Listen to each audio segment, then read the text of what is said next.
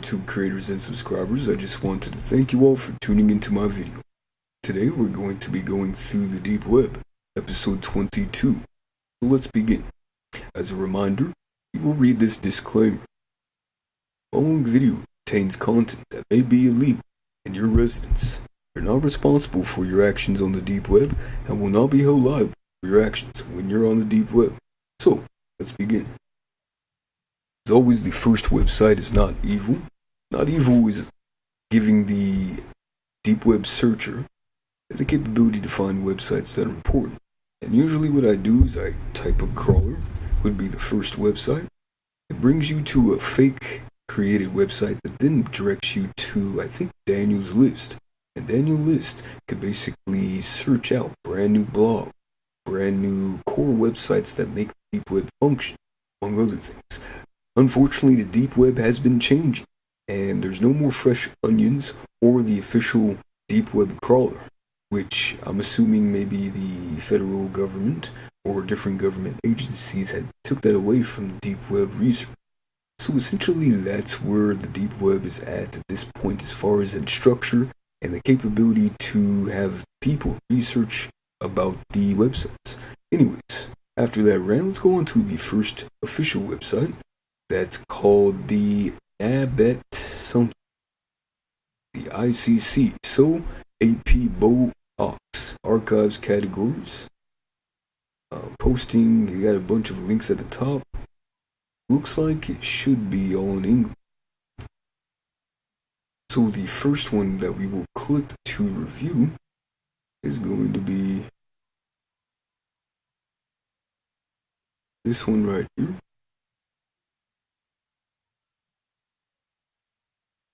Over here just to make sure that it's legitimate or not. Greetings Anonymous. So it's a message to anonymous people that are hackers and different designers on the deep web. So in case you see my YouTube videos, these are here. I've tried telling this story since 2016, but I'm nearing retirement and no one was able to listen to me so far. You are my last hope of revealing the truth about senior official of Germany's Federal Foreign Office who was long ago recruited by the CIA. I belong to the USA intelligence community. I have information about a German national who has worked willingly for the CIA for over 20 years. Maximilian Max Joseph Maldack is a senior official in Germany's Federal Foreign Office. He is a traitor to Germany and to every American who believes the relationship with our closest allies must be founded on trust and mutual interest. The CIA first began to pay attention to Maldacker in the final days of the Cold War, when he served as a deputy head of mission at German embassy in Bangladesh. The CIA formally recruited him as a permanent asset in mid-1990s. He signed a contract for money and knew what he was doing. From that moment, he was handled by Raymond Kahn Mitchell, a CIA officer who operated in Europe under non-official cover as an executive headhunter for Petron Corporation. Maldecker was given a new code name at the CIA 2000s. He worked at the Germany embassy in London, represented Germany in the EU in Brussels, and worked at the headquarters of Germany's Foreign Office. He is currently serving as Consul General in France, where he works to influence the policies of all three of our countries for the benefit of Donald Trump. He brags to our officers about his connection to the Chancellery. Throughout his career, he was knowingly and continuously caused irreparable damage to the national security of Germany, a country I have come to love as my own. May he face the full weight of the system he sought to undermine. So this post right here is about a gentleman that used to be a part of Germany's government who was recruited by the United States CIA in 2000, in which he basically started giving Germany's secrets away to the United States, which I'm assuming could result in death depending on Germany's treasonous laws. So not a good thing. I've known that American spies that used to work for the United States and spies for Russia that was working for United States, regardless if you're a spy, usually spies get killed. They either get trapped in prison forever or spies get killed. Back in the World War II era and back in the Cold War era, I'm pretty sure Russian officials did execute a lot of Russians that were giving America data, essentially as a double-crossing spot. So essentially that is it for this website. We're going to go ahead and back out of this one and go to the next website. There's many articles for this website though, so if you guys stumble across it, I'm pretty sure you can learn a lot. Learn a lot about the various things that are going on in the world. So, the next website is Premium Water LLP. A limited liability patent or corporation. Usually it's LLC, but we'll go ahead and see what this website's about. Looks like it was made with WordPress, and it's selling premium water. Premium Water is selling imported Austrian premium water in cutting-edge quality, and the price is 1 Bitcoin for half a liter. I don't know if this is legitimate. It was created in 2016 in November 4th, and basically is a very basic website. That's all there is to it. Is it legitimate? Probably not, and I would not purchase anything on the deep web that would supposedly claim water is from Austria. If I wanted to get water from Austria, I'd probably just go on Amazon.com and type up water from Austria and purchase directly from Amazon. Essentially, this is a scam website. Do not purchase anything on the deep web, as I always tell you guys. And that's it for this one. Let's go ahead and go to the next website. Graphene DK, My Crypto Keys, and other stuff. Access this site through Tor using the following onion. Which looks like this website's not even the same website, so I'm gonna move that over here really quick. Click on that link and then move it right back.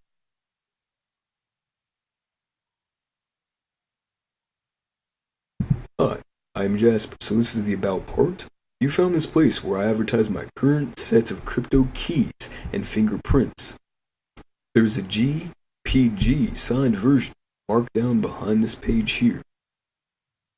So it has links to the Mastodon, Twitter, Keybase, contact. Following are the best ways to contact me securely and or anonymously. Since I cannot guarantee that the fingerprints listed below are always 100% up to date, please also verify them through different channels. Signal. I use Signal on my phone. If you have my number, feel free to add me. If you want my number, reach out using one of the public methods below. As his contact information, you could show. So he created, it looks like a cloud sharing website called You Can Share Files Directly with Me using Nextcloud. My Federation ID is the following. That's pretty cool. So as we clicked on the other link, it's basically the same website, just probably the more official website that is signed and made specifically to match the onion. This one might be a mirror. That basically is not the official website.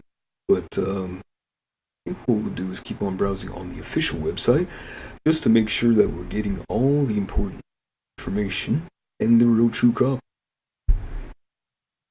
It says Jabber XMPP. That's a server program, I do believe, where you're able to run different code, things of that nature. I run a Jabber /XMPP server that is open for everyone to sign up on and use to chat. 1,000 of other Jabbers around the globe. See more here. So then you can send messages with SSH. Shell access to your server. You could use this. It was basically giving crypto keys to encrypt your server, encrypt your different programs that you would be operating on. It allows you to use Jabber, Nextcloud, XMPP, and then also encrypt all the data with SSH. You also are able to get the personal CA root certification, and then some other cryptography thing. I think that's pretty cool because it teaches people about encryption, keeping data private and encrypted on a network, and then also allows them to learn how to build servers and host certain proper material that is very educational or just fun in general.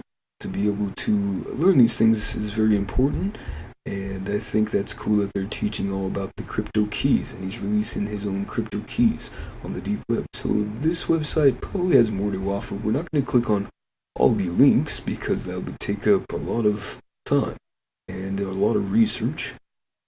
But essentially that is it for this browsing experience. Let's go to the next website.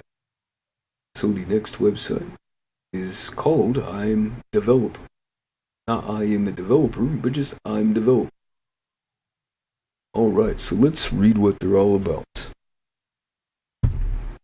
This contact, I do believe we're probably on the contact page. Who says about us? We are a group of experienced developers. We have averaged 10 plus years working at top companies, but we now working for ourselves only. Pricing. Final price subject to change due to the detail. Mobile app. Each platform counts as a separate job.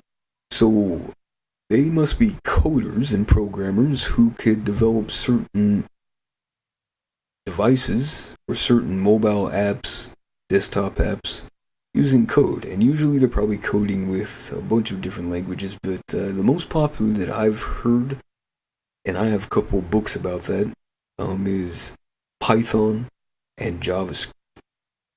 Or Java. HTML and CSS is also important too as well. It's probably one of the more important languages that allow the new coder to learn some different syntax and tags and language coding skills. So essentially that's what they do. They do coding and developing mobile apps. So it costs $700 to $1,000.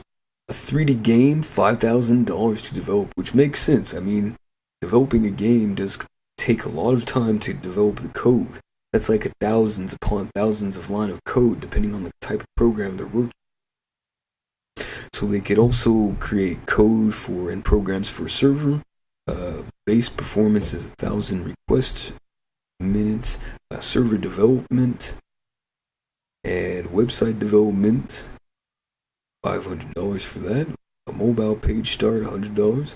So the pricing is pretty expensive for them to develop these programs. But then again, if you have no coding experience and that's the only way for you to develop a product that you want on the market, then it makes sense that you would pay some professionals to create a good program from their own code. So the payment option, you would send your Bitcoins to this address right there, and then you can contact them at BitMessage, and their address is right there. Do I think this is a legitimate website? Probably not. I'm pretty sure these aren't developers. Usually developers have different examples of what they've created with their code, and programmers usually are proud to show off what they can create. So if they really can create a 3D game for $5,000, they should have some demonstrated photographs that show and prove that they have the capability to code a game. So essentially that is it. What we will do is go to the next website.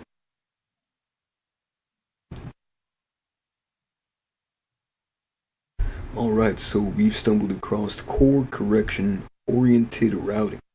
Core is a Linux kernel patch in development, which implements a Layer 3 plus Layer 4 protocol for free community mesh networks. It is built to operate in a 100% auto-config environment without any central administration. This is necessary in order to both maintain freedom and make setup simple and quick. Core tries to be resilient to failure.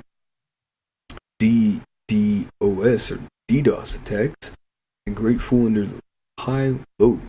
It also tries to protect the privacy of users, even though that is rather weak. How core operates. Connection. Orientation. Core keeps a soft state of the connection for every router. The reasons are basically packet headers are much smaller. Source routing and onion routing would otherwise cause huge header. Increasing the packet size to compensate is not possible for many real-time applications. The source address can be rewritten on every router, like IPNAT. This increases privacy. Flow control can be done using windowed instead of congestion avoidance algorithms. This decreases reaction time on changing networks and conditions like burst. There are no restraints or retransmissions which can waste bandwidth on earlier routers. Latency does not suffer from loss. So it looks like this program has a lot to offer. Let's see, source routing. IP networks usually calculate routes in the network. In a core network, they are calculated by the clients. This is called source routing. The reasons are good resilience requires either source routing or other intensive ways to get feedback to routing domain or daemon. If you do the routing in network, every router has use the same metric. Otherwise, you could get routing loops, net splits. In core, there is a simple list neighbor command in kernel, which allows you to find routes. You could use it at any metric you want. So it has a bunch of other things. So that's pretty cool. I don't know if it could be downloaded. Let me see. Download right here. Yeah, so I guess patch Linux kernel, old versions here. So I don't know if this is legitimate, but that is actually pretty cool that it could use a Linux kernel patch, which is still in development, that implements a layer 3 and 4 protocol for free community mesh networks. And layer 3, if you're looking at the ISO layer, there's 7 layers to the ISO layer. I know you guys probably don't understand that, but basically there's 7 layers, and the third layer is I believe session, and the fourth layer is transportation or network. Yeah, it's network, and essentially that basically allows the program to work. It's pretty cool that they have that capability. Actually, I think session is network is 3 and session is 4. That's what it is. So very good work on whoever the creator is. If the creator sees this video, go ahead and tell us the greater capabilities of the program, or an examples or a video example of your program being put to use, because core connection sounds pretty cool. Other than that, what we will do is go to the most important part of the Deep Web series, which is the Deep Web video of the week.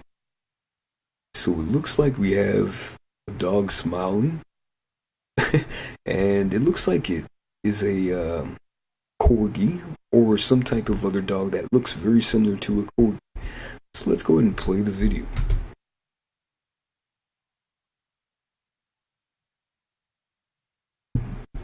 Just a dog wagging his tail and being happy. Let me see if I hear any sound on that. And there's basically nothing. It's just the dog smiling. And it looks like it's almost like a GIF that repeats itself. We'll play it one more time. It's a pretty funny video. It's actually very lighthearted compared to all the other Deep Web videos that we've seen on these series. That's basically it. That video. Not much to say. It's pretty comedical that it would be found on the Deep Web.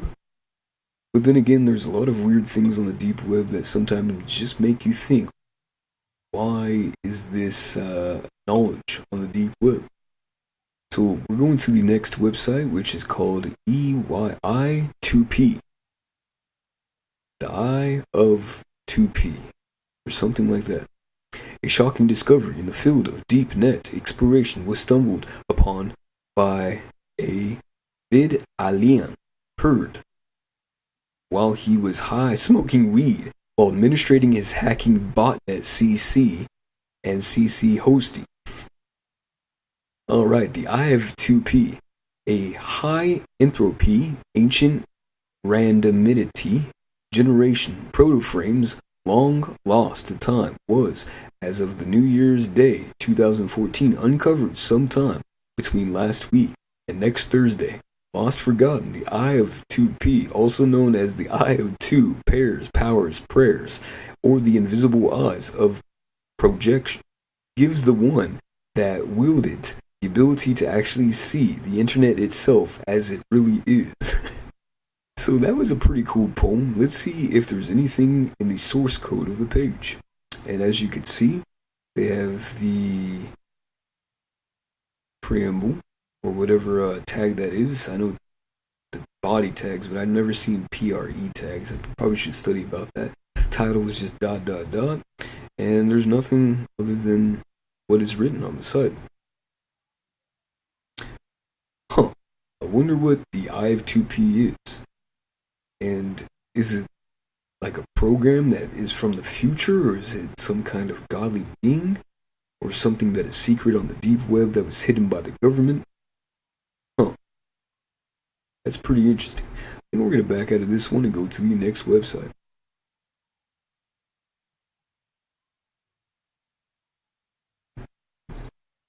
So the next website that we have, Starcom V2. In the next coming week, I'll be revamping the website again, making it more seamless since most things at current state are haphazardly strung together. This time the website will not be going offline. Unlike last revamp, all changes will be seen live as soon as they are completed. Also, a new logo is coming since we're still using the first version of the logo. That was in 2007, so it looks like they might have stopped posting. Yeah, there's only 2 posts. Changes, November 23rd, 2016. In coming weeks, I will be changing the company name from Starcom Corporation to Starcom Electronics to bring it more in line with the company's future plan. We got some comments here in the chat. We got Rust City. There's a single frame of a Windows desktop at the end of that. Open up the GIF frame by frame. Huh. Is it on this website right here? Which website would that be? This one right here? Or it must be way back over here. I don't know. Alright, so this company changed its company name to reflect what they want to do in the next 2 years. They're going to become a limited liability corporation since tax-wise it's simpler to file for a limited liability corporation on a tax form 1040 Schedule C versus a corporation tax form 1020C corporation. Plus, to run as a corporation, you need a lot of people, such as a board of directors, each tasked with a special task. But since Starcom is far too small to have any of that, it is much more feasible to start an LLC, which, when and it becomes official Starcom, known as the Starcom Electronics LLC. That doggo gif. This one right here. It's actually a video. That's basically all I have. So it's just a video file. So if I open the frame by frame, open the GIF frame by frame at the end of that. We could open it in a hex editor. I mean, that would be pretty cool too as well.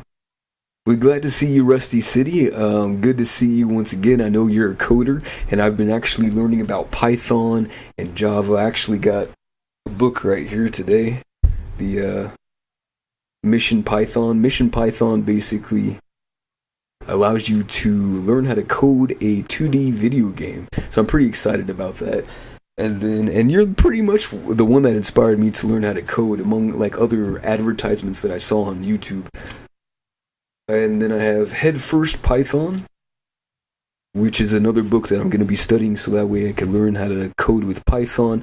I sort of know about call definition and or call function using DEF and then writing up a bunch of code. It's pretty fun. I like it. Nah, not a hex editor. The frames in the video, my bad, not GIF. Probably in VLC could do it. Yeah, I do have VLC open. We could go frame by frame. I really don't know how to do that.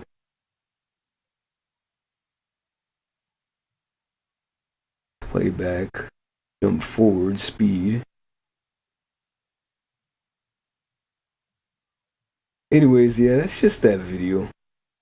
Python's a lot of fun. Yeah, I'm learning about it. I learned a little bit on Code Academy. I had a free pro version for about 7 days, and then I purchased a Java book and a couple Python books.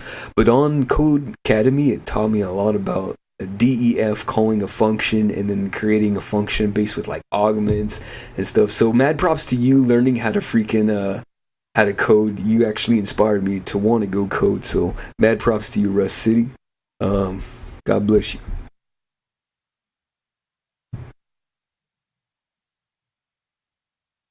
Alright, I guess we can go frame by frame.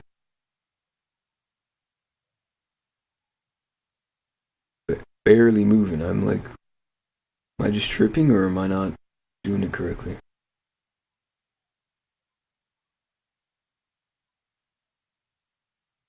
I don't know. I think we're gonna skip over the video. So this website is about Starcom Corporation. I wonder what they do. So they have order tracking, repairs, and projects. Let's go ahead and click on repairs really quick. We will pick up your device from your home or business. No thank you. And now Tor needs to freaking update again. I thought I updated it, damn it. So supposedly, I guess they maybe fix computers and phones and tablets and laptops and things of that nature. I wouldn't trust them with my computer because it seems pretty sketchy meeting some random person on the deep web and having them fix the device. That's just me. So we're gonna go to the next website, and it's called Magic Rules Unpaa 6. So it says, I have not, to the best of my knowledge, been involved in or served with regards to any lawsuits, legal actions, criminal proceedings, or subpoenas, therefore, and even any sample request of information from any law enforcement or governmental body authority, ever, with anything even remotely relating to Bitcoin, nor with any criminal proceedings, even remotely related to Bitcoin or cryptography, and anything remotely related ever, with regards to Bitcoin, or remotely related Bitcoin topics such as blockchain analysis and cryptography, primitives used in Bitcoin and the code of Bitcoin and building it and mining it or running it against people without my direct involvement. I've never testified as an expert witness, and even about my remotely Bitcoin related topic in any court case ever. So essentially this guy is pretty paranoid about what he's doing on the deep web, talking about, I've never ever talked to any government authority about my Bitcoin usage. It's funny, but I guess his message was sent out in 2016. And yeah, that's it. He might be a glow fed. He might be a fed, probably just posting his shit on the deep web. But essentially, that is it. So we'll go ahead and go to the next website, which is called Go Beyond. Only read if you don't mind being offended. Nice, some good YouTubers out there too. I learned a bunch from Syndex a few years back. Nice. That's cool. I might check out his channel too as well. Thanks for shouting him out. I love coding now, and I think me watching your videos and you coding sort of sparked that interest and putting that inside of my mind to want to go learn how to build programs, applications for web and mobile use. So mad props to you, and bless your findings and your work. Alright, so the first article, I have a bunch of articles on this website posted. May check out the first one, see what they're all about. So it looks like this was posted on April 4th, or maybe the 1st of January 4th, 2019.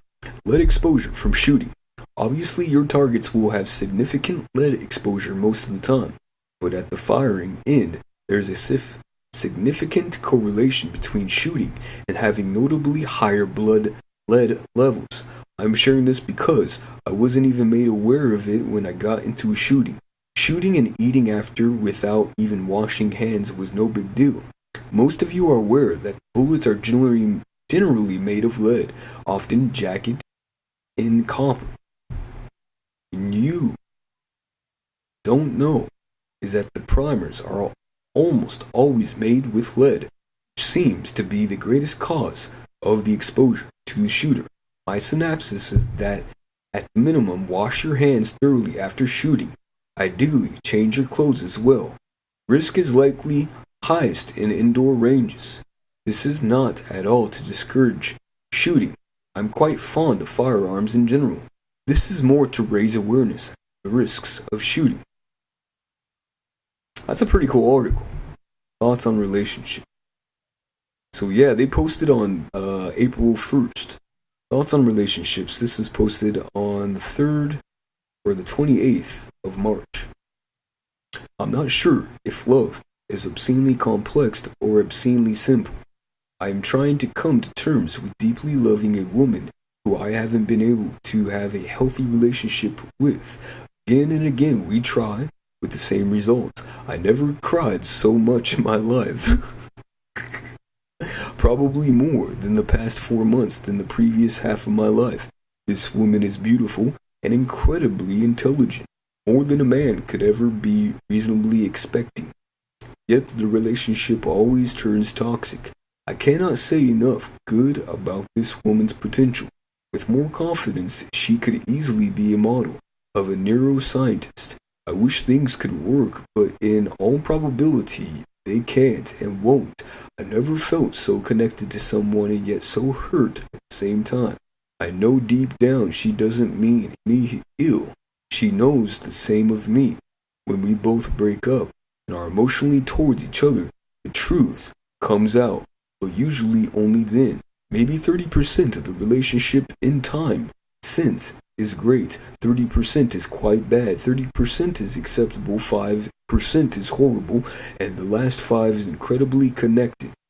I've determined that I neither need to marry her and fight to make things work the rest of our lives or move on. Relationships are not meant to be easy. They are hard work. This hard, I doubt, but fluffing things only last so long. Dedication and decision is the only thing that I can make and last a lifetime. Sadly, I think I disagree with love alone and enough mantra. We both love each other. Maybe it's better to have a healthier relationship with someone you love little than a toxic one with someone you love deeply. I'm not certain. Mark Manson describes toxic versus healthy relationships with quite an interesting angle. It is in the subtle art of not giving a F, one of my favorite books of all time. This may seem as a ramble, but little specific advice to give at the moment. I think sometimes people only write about their triumphs, which set the reader's inner expectations that they must always be successful to be happy or even worthwhile. This is untrue. People write perhaps the most in extremes of happiness and sadness. Their share the happiness posts, hide the sad ones. My goal in life, but full of ups and downs. I'm grateful for my life and the incredible people I've met along the way. Till next time, Teran. Oh, so it's a pretty cool website. I think they have a bunch of interesting articles. I'm not going to bore you guys with reading all of them, but they span back all the way to 2010, and they have a symbol of ram or goat, and they have a bunch of different subjects. I think that those 2 subjects were actually pretty cool, pretty interesting. So what we'll do is go on to the next website. Alright, the last and final website is Michael's Top Secret Page. Top Secret Page, Let's look at the source. Oops. Click on that. Oops, shoot. Click on use source code.